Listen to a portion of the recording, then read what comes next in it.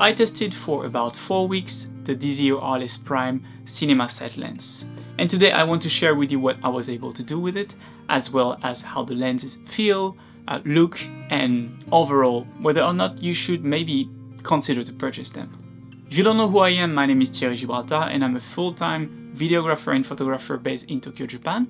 Now about 2 months ago, DZO contacted me to see if I wanted to take a look at these lenses and test them for a review on this channel, which I accepted. So they did send me the lenses for review, but they did not have any say when it comes to this particular review and what I would say about them. Now I initially wanted to try this set of lenses with the Blackmagic Pixis. However, the Blackmagic hasn't shipped yet, so I did not manage to do that. So in the meantime, I tested it with my Fujifilm X-H2S, but even with the X-H2S, you will see that the results are already amazing. So first, we have to talk about the size and the build of the Arles Prime set. Now those are cinema lenses, and they are quite heavy lenses, right? I think that each lens is about 1.5 to 1.8 kilograms or so. Now they offer a really high quality build in my opinion. The focus ring is very smooth, the aperture ring as well, and you really feel like you're in control of each setting. And if you want to pair them with a particular motor for focus, pull, or even aperture variation, it's very easy to do so. The marking is really well done, really spaced out. It's really clear when you look at the lens what's going on. And from the moment they were delivered to me, it seemed like they were pretty accurate in terms of marking. Now they come out of the box with PL mounts. PL stands for positive lock, but you can also change them with EF mount, and those EF adapters also come within your box. So based on what you want to do and what type of camera you use, you can easily interchange them yourself, which is a huge plus. You don't need to buy an extra adapter. Personally, I stuck with the PL mount and just mounted the lenses on my Fujifilm using an adapter from DZO. Now I use those lenses in different kind of projects for some travel work, but most of the time I use those lenses as a solo operator, because in most of the projects where I work recently, it's small crews or solo operator, right? So I try to use those lenses in this particular setup. However, I would say that the Arles Primes are kind of big lenses, right? They are kind of big and hefty, but and they are definitely better suited for the kind of work where you have a more controlled environment, as well as a crew with you that will help you change lenses, adapt the lenses, or quickly change the setup depending on your needs.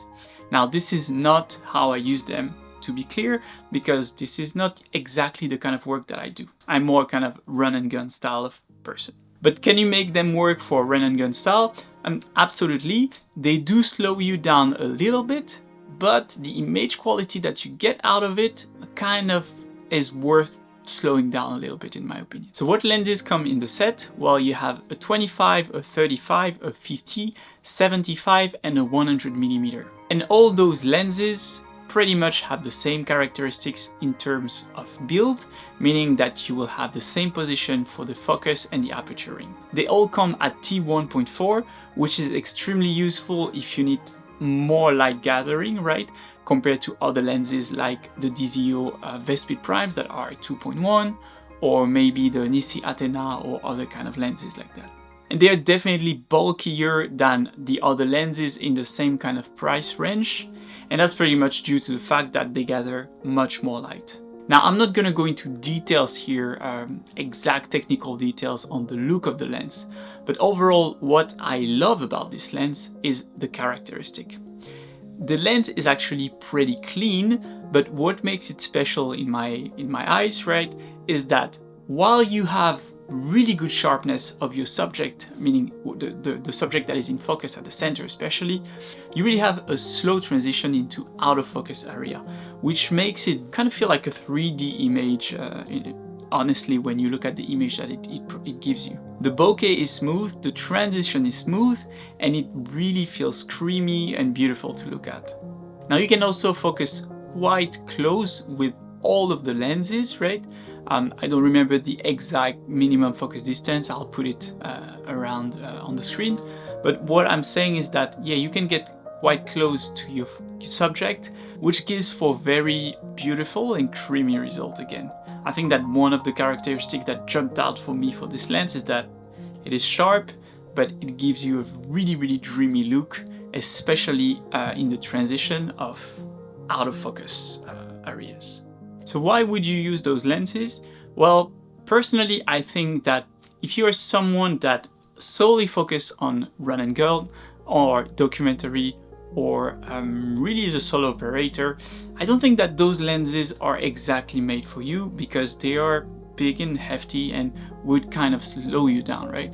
Now, the image quality that you get is stunning, is beautiful, and honestly, it's, I think, the best cinema lenses that I personally used. But that doesn't mean that they are the easiest to use. When you are there and you need to quickly change lens, or you need to move fast, those are not the lenses that will allow you to do that. Now, if you work as a crew, if you have people around you to help you, if you have an AC, if you have, you know, people to manage the lenses, etc., those are amazing lenses, in my opinion, to work with, and you can get amazing results with that.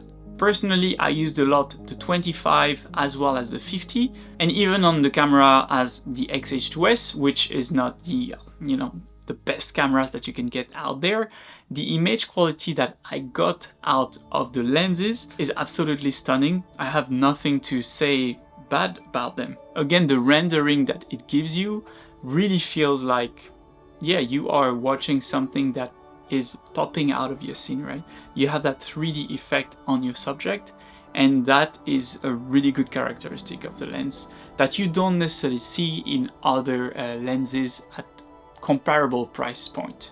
So yeah, if you are someone who work on sets with teams, with ACs, with, you know, people to support you and help you move quick while changing the lens, while adjusting your setting, etc., I think that the Arles Primes is an amazing choice, honestly. It has everything that you would need to produce great results, but you have to consider the fact that this set of lenses would set you back about $10,000, right?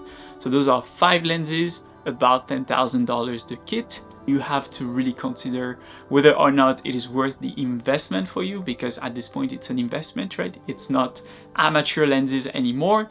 But if you are someone who could use them, if you are a DP, if you are an AC that can rent them, or if you're someone that, yeah, just do this kind of line of work, definitely the kind of images that you can get out of them, for me, is definitely punching above that $10,000 price point. So what do you think about the Arles Prime lenses? Do you have any questions about them that I did not answer? Let me know down in the comment, and I'll make sure to do my best to answer any questions you would have. Thank you for watching today's video, and if you haven't done it yet, make sure to subscribe to my newsletter on my website, link in the description, and I'll see you in the next one.